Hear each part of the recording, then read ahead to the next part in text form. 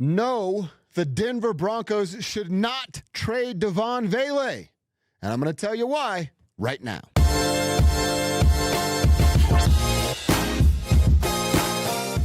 All right, Broncos country, let's get into this conversation. I've seen it all over the internet, and I've got to talk about it here on the YouTube show. Devaughn Vele, a proven asset in the NFL that was a 7th-round pick and makes less than $1 million in the NFL. That's good value. You do not give up on production and value at the NFL level. That's the biggest reason you do not trade Devaughn Vele. There are several others, but that is the biggest that I will keep going back to. He can produce, and he doesn't cost a damn thing in the grand scheme of things. You don't punt on those type of players. So, Devaughn Vele, you know what he did a year ago, right? Only in 13 games, 41 catches, 475 yards, and 3 touchdowns. And again, that's in 13 games.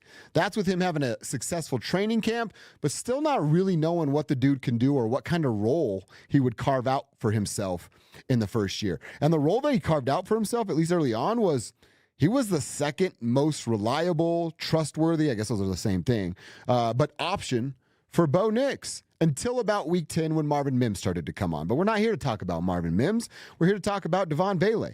I think it's crazy to have the idea to trade a guy like that right now. Now, in a year or so, perhaps that's a conversation that we can have.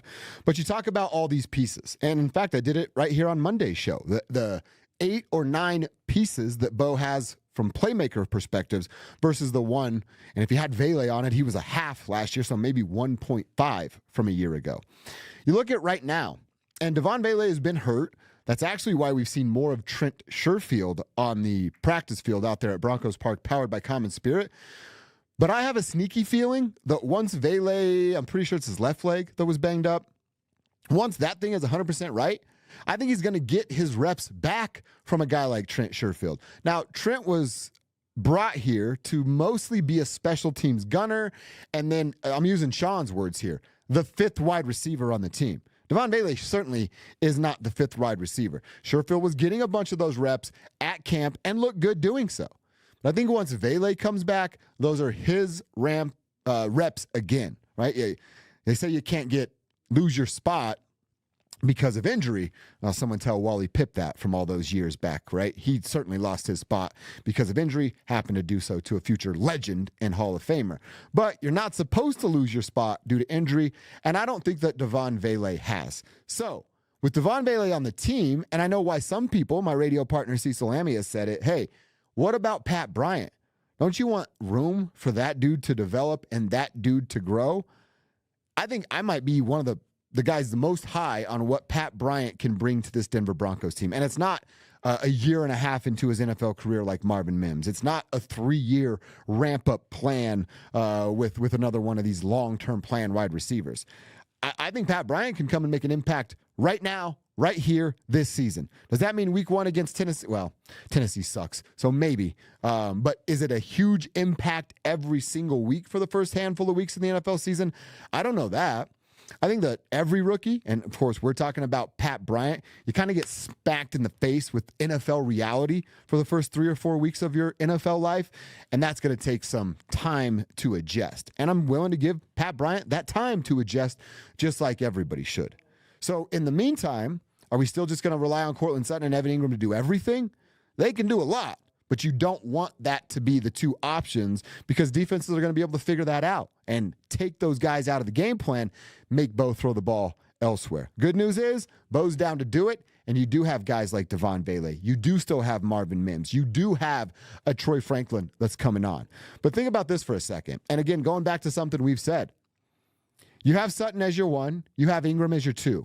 And then you get to do what I talked about on Monday, play this mix and match. What's the matchup look like for wide receiver number 2, pass catcher number 3, whatever it may look like with the progressions that Sean draws up for Bo to evaluate in real time when he's out there on the field.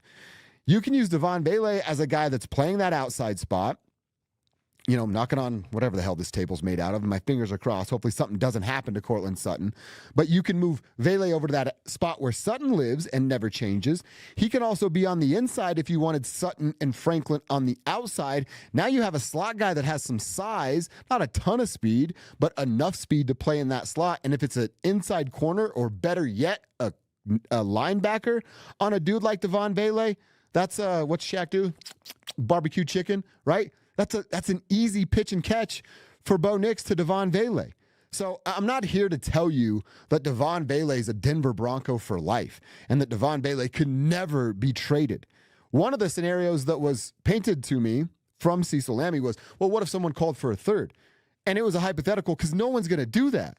But if it's a third-round pick, yeah, you make that trade. I'm not digging my heels in on a dude like Devaughn Vele. But like I said, the value, a seventh-round pick making under $1 million and can get you north of 500 yards receiving with 3 to 5 touchdowns, there's not a better value play in the NFL than a guy like that.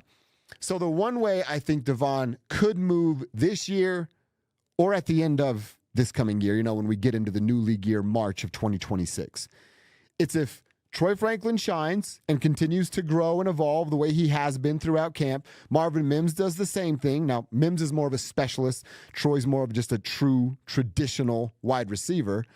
And Pat Bryant does what a lot of us think he's going to do, myself included, which is show up and shine in year number 1. Then a guy like Devaughn Vele does become a luxury. And maybe you do think about trading him at the end of the season as the new league year starts. And if you could get a fifth for a dude like that was a seventh rounder and doesn't have a lot of runway moving forward because of the talent around him, you then turn a seventh rounder into a fifth rounder. And then think about this. And now I'm getting a little ahead of this, but you finally have all your draft picks back from the mess it was from 10 years of being a dysfunctional organization. You have a couple fifth-round picks. You've fallen in love with a tight end, a running back, another player that can help immediately, but you can't get back into that third round, or you're using that third-round pick because you got to replace Ben Powers, whatever the case may be. You have a couple fifths. You have a fourth and a fifth to get back into that draft and really go get somebody that's going to make a difference on the roster and not be the sixth wide receiver in the room. So Devaughn Vele, to me, there is so much room for this dude to be on this team. I am out on trading a proven asset that can produce that makes less than $1 million. Isn't the NFL all about value? Don't I hear that time and time again about rookie quarterback contracts? Well, you got to strike while the iron's hot. You have to win within 4 years or 5 years if your quarterback was a first-round pick, because once you have to pay that dude, it flips the roster so much financially that you feel like you're always chasing your tail.